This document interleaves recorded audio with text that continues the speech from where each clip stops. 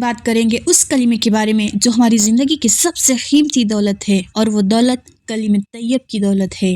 لا الہ الا اللہ محمد رسول اللہ۔ اللہ تعالیٰ قرآن میں فرماتے ہیں کلمہ طیب ایک پاکیزہ درخت کی مانند ہے جس کی جڑ مضبوط اور جس کی شاخیں آسمان تک بلند ہیں، یعنی جس دل میں یہ کلمہ ہو وہاں خیر، برکت، سکون اور ایمان کا نور بڑھتا ہی جاتا ہے۔ اور نبی کریم صلی اللہ علیہ وسلم فرماتے ہیں تمام انبیاء کا مشترکہ بہترین ذکر یہی کلمہ ہے۔ یہ وہ کلمہ ہے جس کی برکت سے انسان ایمان کی دولت حاصل کرتا ہے اور قیامت کے دن نجات پاتا ہے۔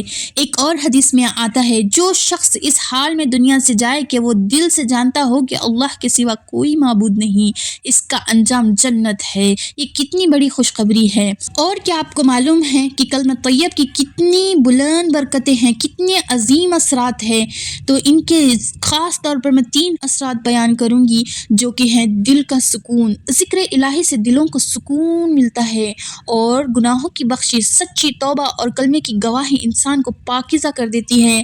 زندگی میں روشنی اور موت میں نجات۔ یہ کلمہ خبر کے اندھیروں دور کرتا ہے اور آخرت میں نور بن جاتا ہے۔ تو آئیے روزانہ کم از کم چند لمحے نکال کے اخلاص سے کہیں لا الہ الا اللہ محمد رسول اللہ، کہ یہی کلمہ ہماری کامیابی، ہماری نجات، ہماری اصل پہچان ہے۔ مسلمان کی زندگی کا سب سے اہم ستون ہے اور وہ ہے نماز۔ رسول اکرم صلی اللہ علیہ وسلم نے فرمایا نماز دین کا ستون ہے۔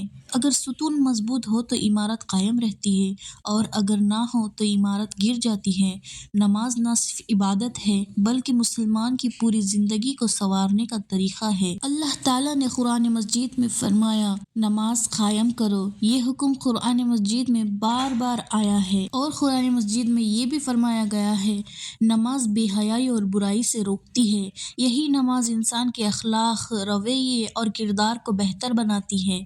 جب مسلمان سجدے میں ہوتا ہے تو اللہ کے سب سے زیادہ قریب ہوتا ہے۔ یہ وہ لمحہ ہوتا ہے جب بندہ اپنے رب سے دل کی باتیں کر سکتا ہے۔ رسول صلی اللہ علیہ وسلم نے فرمایا سجدے کی حالت میں بندہ اپنے رب کے سب سے قریب ہوتا ہے۔ نماز صرف آخرت کے لیے نہیں، دنیا میں بھی انسان کو سکون، مضبوط ارادے، نظم و ضبط اور صبر سکھاتی ہے۔ جو شخص وقت پر نماز پڑھتا ہے اس کے زندگی میں برکت، ذہن میں سکون اور دل میں نور پیدا ہوتا ہے۔ قرآن میں منافقین کی ایک نشانی یہ بیان کی ہوئی ہے کہ وہ نماز میں سستی کرتے ہیں۔ رسول اللہ صلی اللہ علیہ وسلم نے فرمایا آدمی اور کفر کے درمیان فرق نماز کا چھوڑ دینا ہے۔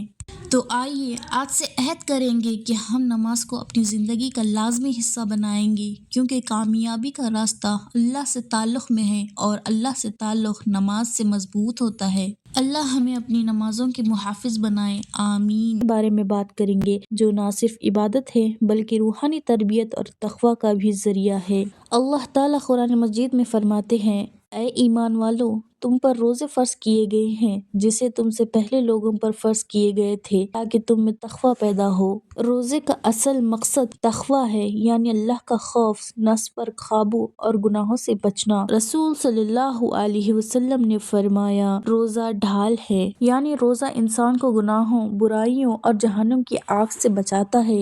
ایک اور حدیث میں نبی کریم صلی اللہ علیہ وسلم نے فرمایا جس نے ایمان اور ثواب کی نیت سے رمضان کے روزے رکھے اس کے پچھلے تمام گناہ معاف کر دیے جائیں گے۔ روزہ ہمیں صبر، برداشت، ہمدردی اور شکر کا درس دیتا ہے۔ جب انسان بھوک اور پیاس برداشت کرتا ہے تو اسے غریبوں اور محتاجوں کا احساس ہوتا ہے۔ روزہ صرف کھانے پینے سے رکنے کا نام نہیں بلکہ آنکھ، کان، زبان اور دل کو بھی گناہوں سے بچانے کا نام ہے۔ رسول اللہ صلی اللہ علیہ وسلم نے فرمایا اگر کوئی روزے دار جھوٹ بولنا اور اس پر عمل کرنا چھوڑے تو اللہ کو اس کے بھوکا پیاسا رہنے سے کوئی حاجت نہیں۔ ہمیں چاہیے کہ روزے کو صرف رسم نہ سمجھے بلکہ اسے اپنی زندگی کا ذریعہ بنائے۔ اللہ تعالی ہمیں روزے کی حقیقی روح سمجھنے اور اس پر عمل کرنے کی توفیق عطا فرمائے۔ زکوٰۃ کے بارے میں بات کریں گے جو مال کی پاکیزگی اور معاشرتی فلاح کا بہترین ذریعہ ہے۔ اللہ تبارک و تعالی نے قرآن مجید میں ارشاد فرمایا، نماز قائم کرو اور زکوٰۃ ادا کرو۔ زکوٰۃ اسلام کے 5 بنیادی ارکان میں سے ایک ہے۔ جو صاحب نصاب مسلمان ہو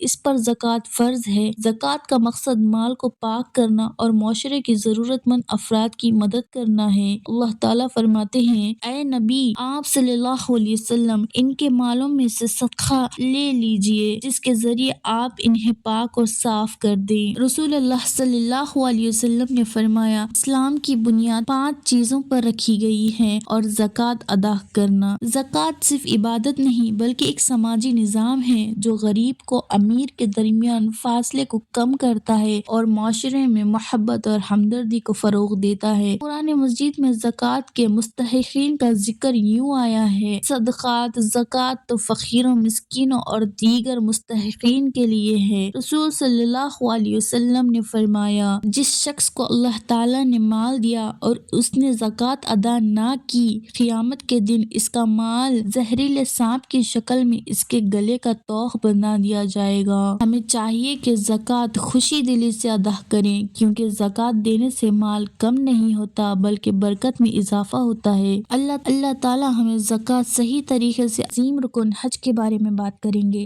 جو بندے کو گناہوں سے پاک کر کے نئی زندگی عطا کرتا ہے۔ اللہ تعالیٰ قرآن مجید میں ارشاد فرماتا ہے، اور اللہ کے لیے لوگوں پر بیت اللہ کا حج فرض ہے جو وہاں تک جانے کی استطاعت رکھتا ہو۔